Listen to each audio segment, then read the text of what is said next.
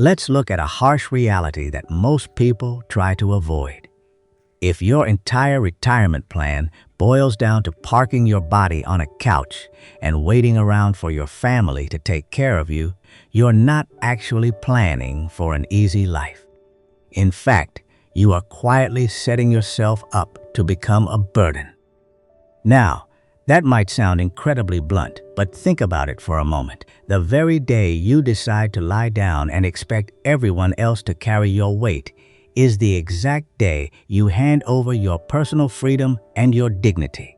Because of that, today we are going to dive straight into the brutal truth about getting older, the kind of reality that nobody else has the guts to talk about, and more importantly, how you can build a life that stands completely solid, even when you are standing entirely alone. First, let's talk about prosperity. At this stage of the game, money isn't about buying fancy things, keeping up with the neighbors, or showing off your status. It's purely about control.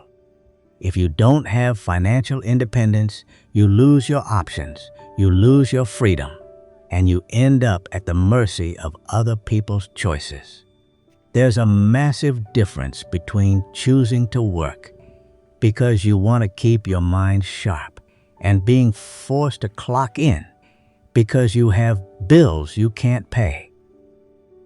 Second is your psychological state. Your mindset. I see too many people grow old way too early simply because they stop learning and stop being curious. They get stuck in the past, complain about how the world is changing, and start saying things like, "I'm too old to learn that new tech." The reality is, the world keeps moving forward. The moment you close your mind to new things, your world shrinks and you lock yourself out of life before your time is even up. Third is the physical pillar. Look, after 60, your body starts keeping score of how you treated it for the last 40 years. Things that used to be easy don't feel so effortless anymore. Now, I don't lift weights or walk every single day because I'm trying to look like a fitness model. That ship sailed decades ago. I do it because I want to protect my mobility. I want to be able to get out of a chair on my own, drive my car, and manage my daily life without needing someone to hold my hand. Fourth is your place, your living environment. This is a huge one that most people completely ignore until it's too late. You need a living space that is intentionally set up for your long-term safety and independence. It shouldn't be a giant empty house that drains your energy and money just to maintain. And it definitely shouldn't be a temporary spare bedroom in your children's house. If you don't actively secure your own fortress now, surrounding circumstances or other people will eventually choose where you spend your final chapters. Fifth is people.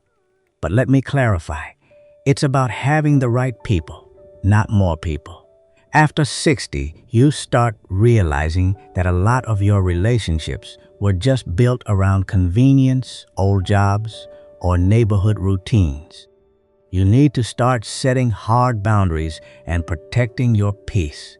Cut out the connections that constantly drain your energy and leave you feeling heavy after a conversation. At this age, a quiet, genuine friendship is worth 100 fake social connections. Sixth is your philosophical foundation, your inner life. When the noise of the world fades away, a lot of people panic because they can't stand being alone with their own thoughts. They constantly need a TV running in the background or a phone buzzing to distract them. But you need an internal anchor. For me, it's my solo walks. It's about practicing gratitude and accepting reality as it is. If you don't build that inner foundation, the silence of old age becomes terrifying instead of peaceful. Finally, the seventh pillar is passion, your daily purpose. The hardest part about leaving a career isn't losing the paycheck. It's losing the routine and the feeling of being needed. Without a project, a hobby, or something to build, your days just bleed together. Monday feels exactly like Thursday, and you're just waiting around for time to pass. You need something that gives you a genuine reason to get out of bed every morning, whether it's mentoring someone, gardening, or sharing your life experiences. Look, at the end of the day, building these 7 pillars isn't about being bitter, pushing your family away, or cutting yourself off from the world. It's actually the exact opposite. It's about taking absolute responsibility for your own life.